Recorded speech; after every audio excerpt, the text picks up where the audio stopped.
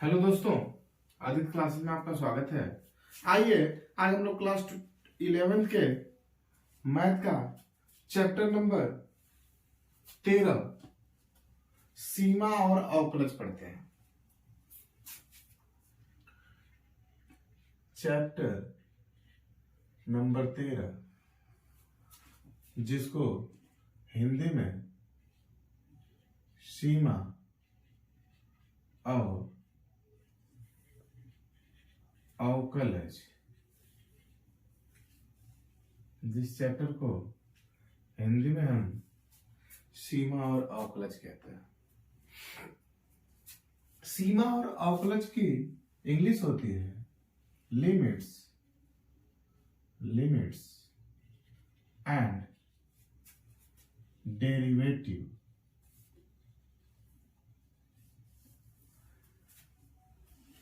Limits and derivative. आज हम लोग समझेंगे कि लिमिट्स और डेरिवेटिव क्या है।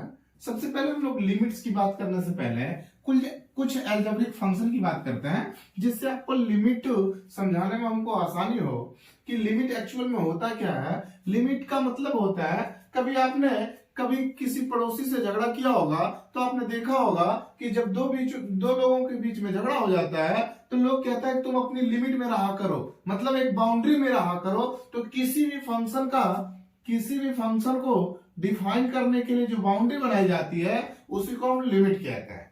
ये इसकी लिमिट है, ये यहां से यहां तक एग्जिस्ट कर सकता है, ये इसमें ये स्वतंत्र है, ये यहां से यहां तक एग्जिस्ट कर सकता है, ये इसकी लिमिट है। तो लिमिट का सीधा सीधा अर्थ यही होता है। आइए हम लोग समझते हैं। जैसे अगर कोई फंक्शन हो एफ एक्स, एक फंक्शन है जिसको हमने एफ एक्स कहा। अगर एफ एक्स बराबर आपको दे दे एक्स स्क्वायर और -9, ऐसा कोई फंक्शन है एफ एक्स बराबर एक्स स्क्वायर -9, तो याद करिए कि जब आप कक्षा 10वीं में रहे होंगे तो आपने एक बात पढ़ा होगा कि y बराबर mx प्लस सी, y बराबर mx प्लस सी। आपने पढ़ा होगा कि इस एक्सिस को एक्स एक्सिस कहते हैं और इस एक्सिस को वाई एक्सिस कहते हैं। ये एक्स एक्सिस, ये वाई एक्सिस। y बराबर mx प्लस सी एक रेखा का समीकरण था जिसको आपने इसको सी कहा होगा और यहां से इसको ड्रा कर दिया होगा। तो y बराबर mx प्लस सी के लिए इस प्रकार का डायग्राम बनाते थे। इस डायग्राम को बनाने से पहले हम डोमेन और रेंज डिफाइन करते थे। जैसे मान लीजिए हमको y का मान फाइंड आउट करना है और x का मान रखना है। x का मान रख के y का मान फाइंड आउट करना है। अगर हम x का मान 0 रख लें, तो स्वाभाविक है कि y का जो मान प्राप्त होगा हमको वो c प्राप्त होगा। मतलब जब x का मान 0 हो तो y का मान c हो। देखिए, जब x का मान 0 हो तो y का मान c हो। फिर अगर x का मान 1 हो तो y का मान m प्लस c हो। जब x का मान 2 हो तो y का मान 2m प्लस c हो। जब x का मान 3 हो तो y का मान 3m प्लस c हो। ऐसे हो। अच्छा, ये क्या बता रहा है? ये बता रहा है कि सबसे पहले तो आप ये समझिए कि इसको डोमेन कहता है। इसको डोमेन कहता है। ये भाई डोमेन है। ये क्या है? डोमेन है। और जो मान फाइंड आउट किए जाते हैं, प्राप्त किए जाते हैं, उसको हम लोग रेंज कहते हैं। ये रेंज है। हिंदी में इसको प्रांत कहते हैं और हिंदी में इसको परिसर कहते हैं। ये इसका प्रांत है और ये इसका परिसर है। मतलब कहीं ना कहीं इस डायग्राम को बनाने के लिए हमको x का मान रखना पड़ रहा था और y का मान फाइंड आउट करना पड़ रहा था। इससे हमको पता चला कि इस डायग्राम का ये जो डायग्राम बनने वाला है वो इस तरीके का बनेगा, क्योंकि जब इसका मान 0 रखेंगे तभी इसको मान c आएगा, तो डायग्राम कुछ ऊपर की तरफ बनेगा। क्योंकि देखिए आगे जैसे जैसे बढ़ते जाएंगे इसका मान धीरे धीरे बढ़ता जा रहा है। जैसे जैसे x की वैल्यू ऊपर बढ़ रही है वैसे वैसे y की भी वैल्यू ऊपर बढ़ रही है, वो भी बढ़ती जा रही है। तो हम कह सकते हैं कि ऐसा डायग्राम हमने बना लिया। ये डायग्राम हमने आपको बना लिया। ये डायग्राम आप कक्षा 10वीं में बना के आए होंगे। तो आइए हम लोग इस डायग्राम के माध्यम से समझते हैं। सबसे पहले तो हम इसको समझते हैं कि अगर मैं कह दूं आपसे कि fx बराबर x स्क्वायर माइनस 9 है, मैं कह दूं f0 का मान निकालिए, f0 का मान, तो आप बड़ी आसानी से कह सकते हो कि इसका मान 0 का स्क्वायर माइनस 9, तो माइनस 9 आएगा। अच्छा, एफ एक्स का मान एक्स स्क्वायर माइनस 9, अगर मैं इसका मान 1 रखूं तो आप कहेंगे 1 का स्क्वायर माइनस 9 मतलब माइनस 8 आएगा। अगर एफ एक्स का मान 2 रखूं तो एफ एक्स का मान 2 रखने का सीधा सीधा अर्थ है कि एक्स की वैल्यू का मान 2 रखना है, तो 2 का स्क्वायर माइनस 9, यहां से 2 दूना 4 माइनस 9, कुल मिला के माइनस 5 आएगा। एफ एक्स का मान अगर मैं 3 रख लू, एफ एक्स का मान अगर मैं 3 रख लू तो इसका मान आएगा 3 का स्क्वायर माइनस 9, मतलब 3 3 का 9 माइनस 9 बराबर 0। अगर एफ एक्स का मान मैं 4 रख लू तो यहां से आएगा 4 का स्क्वायर माइनस 9, 4 चौका 16 माइनस 9,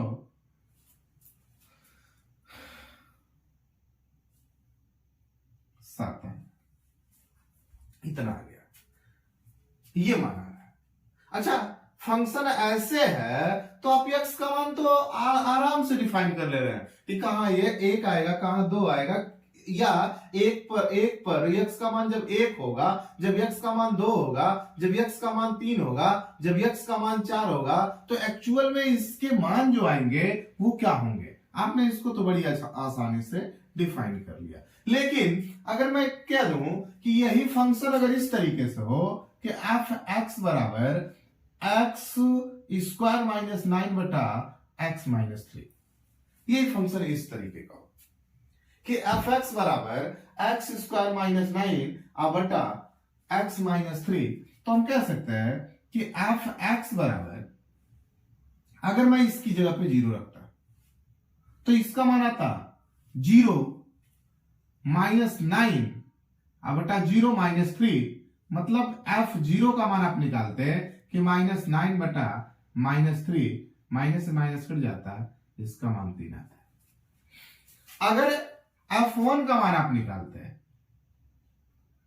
तो 1 का स्क्वायर माइनस 9 बटा 1 माइनस 3, मतलब कहीं ना कहीं माइनस 8 अपान माइनस 2, माइनस से माइनस कट जाता है, यहां से इसका मान 4 आता है।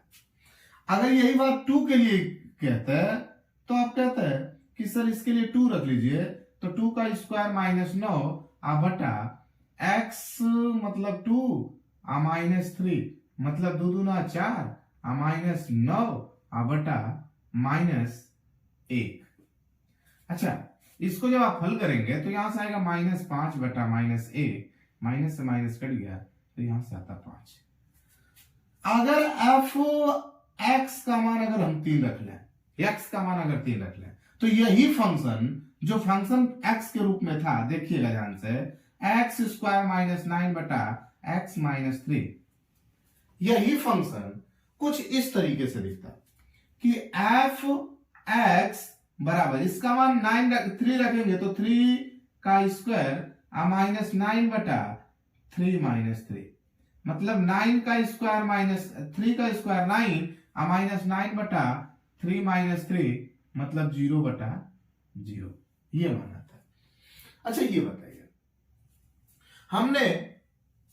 हम लोगों ने ऐसा पढ़ा होगा कि अगर कोई फंक्शन हो, आप किसी फंक्शन में अगर 0 का गुणा कर दें तो पूरे फंक्शन को 0 कर देता है।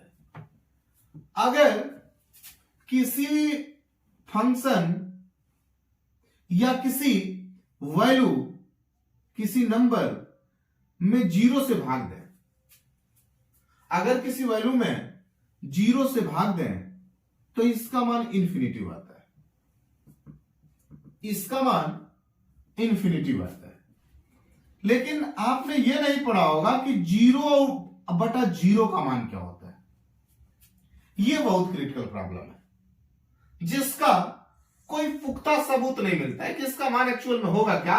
बहुत लोगों का बहुत सा मत है, कोई कहता है कि 0 सेव है, 0 लोगों में बांट दिया गया तो सबको 1-1 सेव मिला, इसका मतलब 0/0 का मान 1 होगा। लेकिन ऐसा कुछ प्रूफ नहीं है, अभी तक इसका कोई सैद्धांतिक मान नहीं निकाला गया। इस सैद्धांतिक मान न निकाले जाने के कारण ही आपको सीमा पढ़ना पड़ता है, लिमिट्स पढ़नी पड़ती है। मतलब इस मान को फाइंड आउट करने के लिए ही हमको इस सीमा को पढ़ना पड़ता है, लिमिट को पढ़ना पड़ता है। तो जब किसी फंक्शन की वैल्यू 0/0 होती है तो हम क्या लेते हैं कि ये इस फंक्शन का मान वैसे नहीं निकल पाएगा, इसके लिए हमको लिमिट का यूज करना पड़ेगा और इसीलिए हम लिमिट का यूज करते हैं। एक्चुअल में लिमिट 0/0 को ही डिफाइन करने के लिए बनाई गई है।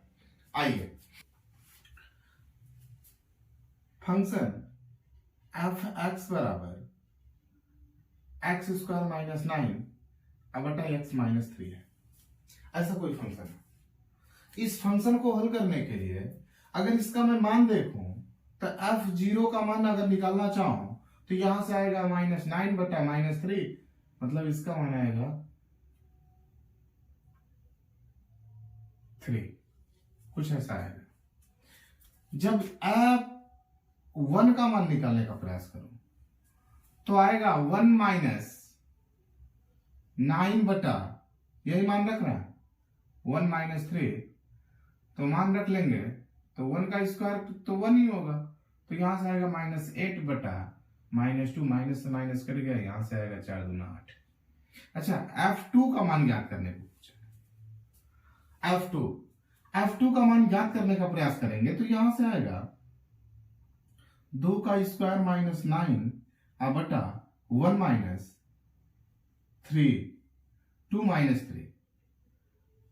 3, तो यहां से आएगा 4 - 9/, यहां से आएगा -1, मतलब -5/-1, यहां से ये कट जाएगा, इसका मान आ गया 5, इसका मान आ गया 5।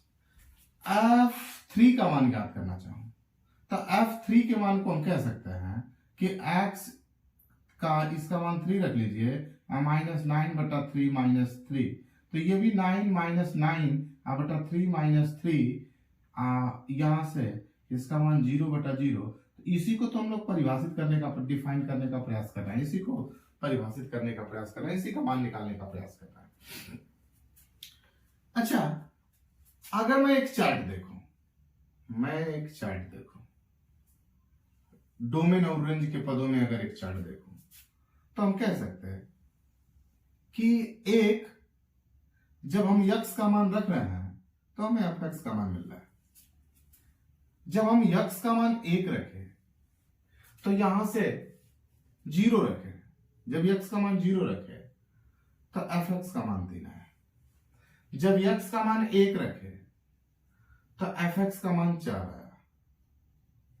जब हम इसका मान 2 रखें तो इसका मान 5 है।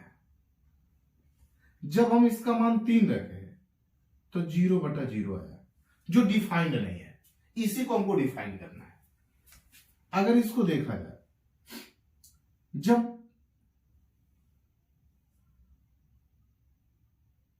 जब हम इसका मान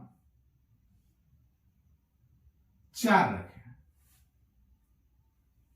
तो इसका मान डिफाइन करने के लिए हमको करना क्या होता है, इस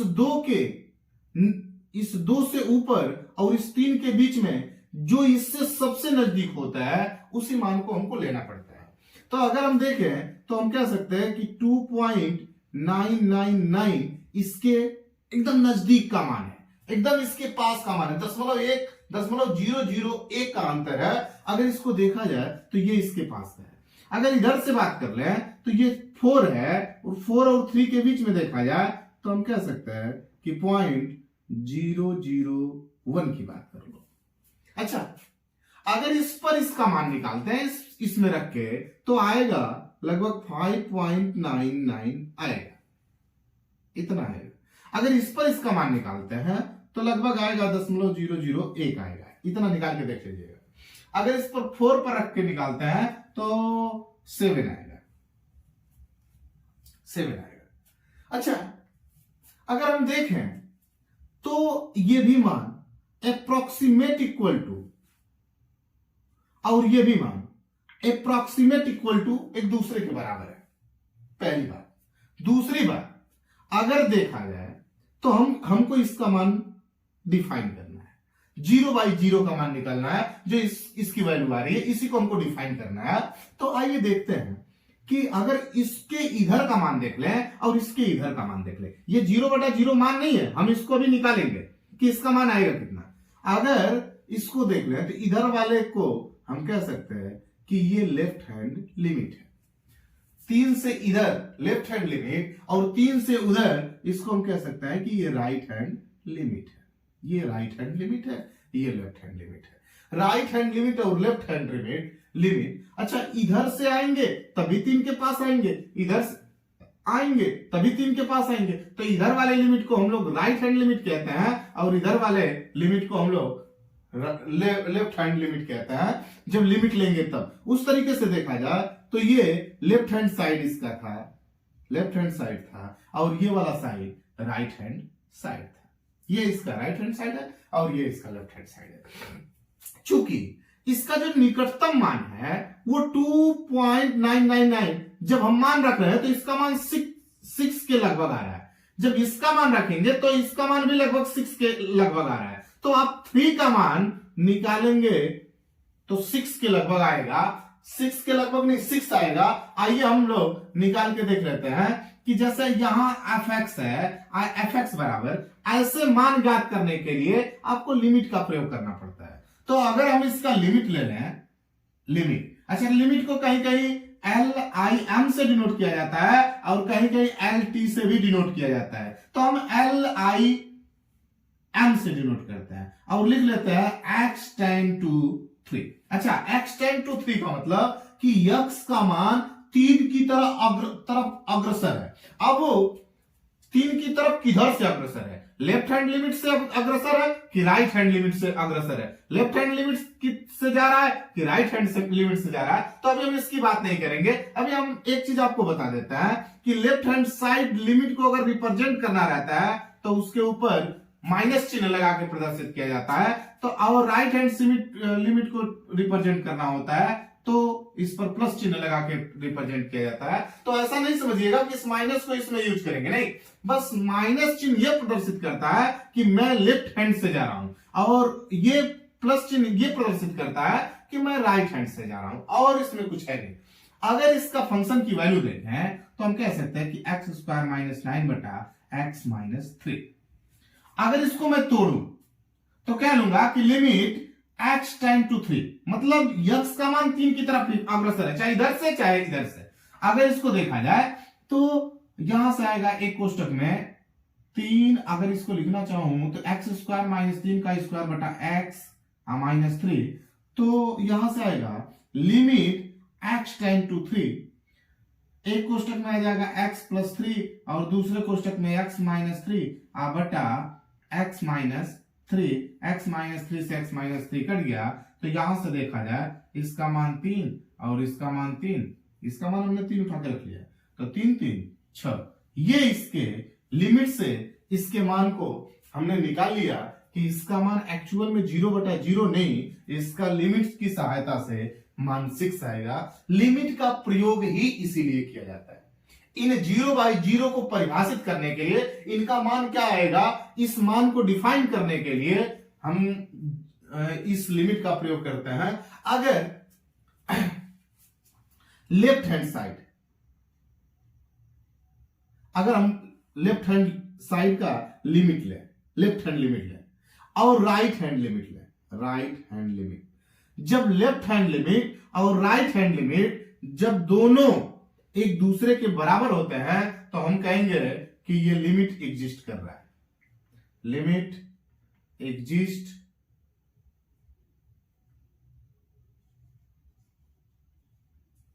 कर रहा है, लिमिट एग्जिस्ट कर रहा है। अगर left hand side right hand side के बराबर नहीं होगा, not equal to right hand side, तो हम कह लेंगे कि लिमिट एग्जिस्ट नहीं कर रहा है। ऐसे लिमिट को डिफाइन किया जाता है और लिमिट का प्रयोग ही इस फंक्शन 0/0 का मान ज्ञात करने के लिए किया जाता है। Thank you class.